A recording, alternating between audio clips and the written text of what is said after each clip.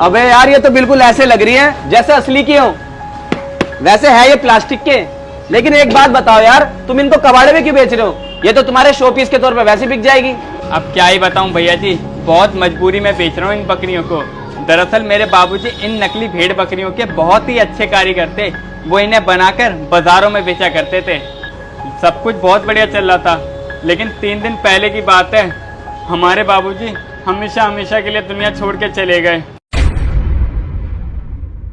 2 महीने से बीमार चल रहे थे बाबूजी। हमने अपना सारा पैसा उनकी बीमारी में लगा दिया, और तो और हमारी नौकरी भी चली गई, क्योंकि उनका ख्याल रखना पड़ता था। उन्हें रोज रोज हॉस्पिटल लेके जाना पड़ता था। हमने अपनी तरफ से भैया जी पूरी कोशिश कर ली, लेकिन हम अपने बाबूजी को नहीं बचा पाए। यार क्या बोलूं, समझ में नहीं आ रहा। दुख तो वैसे बहुत हुआ तुम्हारी बात सुनकर।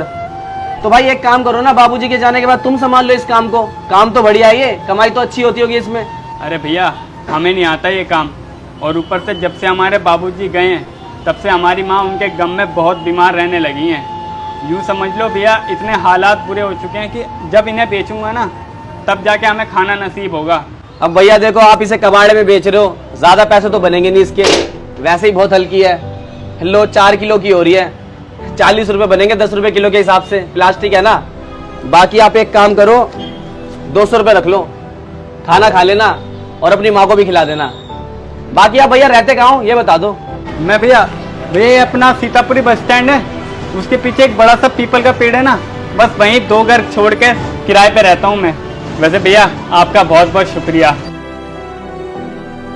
चल सन्नाटा भाई, मैं तो जा रहा हूँ नमाज पढ़ने। और सुन, दुकान संभाल लियो, मुझे आने में थोड़ा लेट हो जाएगा, ठीक है? ठीक है सेठ जी।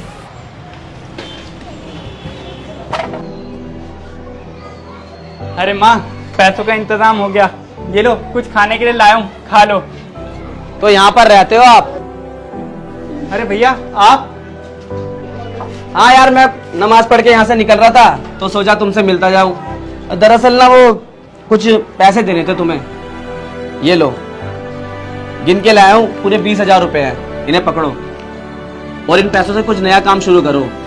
और जिंदगी में कभी हार मत मानना, अपना और अपनी माँ का खूब ख्याल रखना।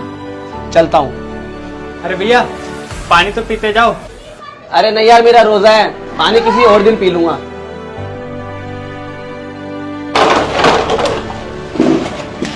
क्या बात है सेठ जी, आप आगे उसकी मदद करके? अबे तुझे कैसे पता चल गया सन्नाटा? चल अब पता चल गया तो किसी को बताइयो मत। वैसे भी किसी की मदद किसी को बताकर या दिखाकर नहीं करी जाती। लेकिन सेठ जी आपने उसे बहुत सारे पैसे दे दिए, वो अपना रहमान नहीं है, वो बता रहा था मुझे, उसने आपको पैसे देते हुए देख लिया था।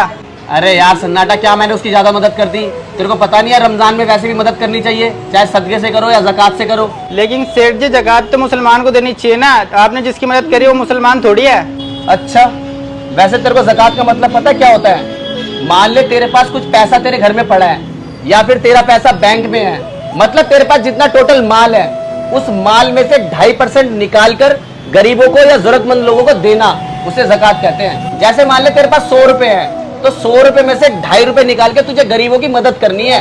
तो मेरे पास भाई मैंने टोटल किया 8 लाख रुपए का माल बन रहा था, तो 8 लाख रुपए का भाई 2.5% कितना होता है? 20,000 रुपए। तो मैंने 20,000 रुपए से उन जरूरतमंद लोगों की मदद कर दी। तो बता क्या गलत किया?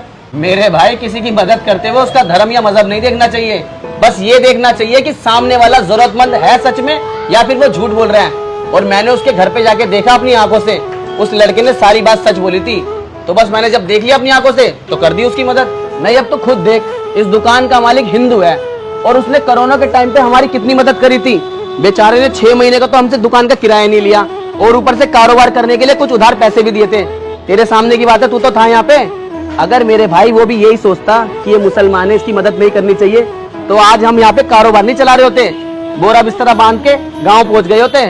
तो मेरे भाई, इंसान की पहचान उसके कर्म से होती है, ना कि उसके धर्म से। समझ आई बात?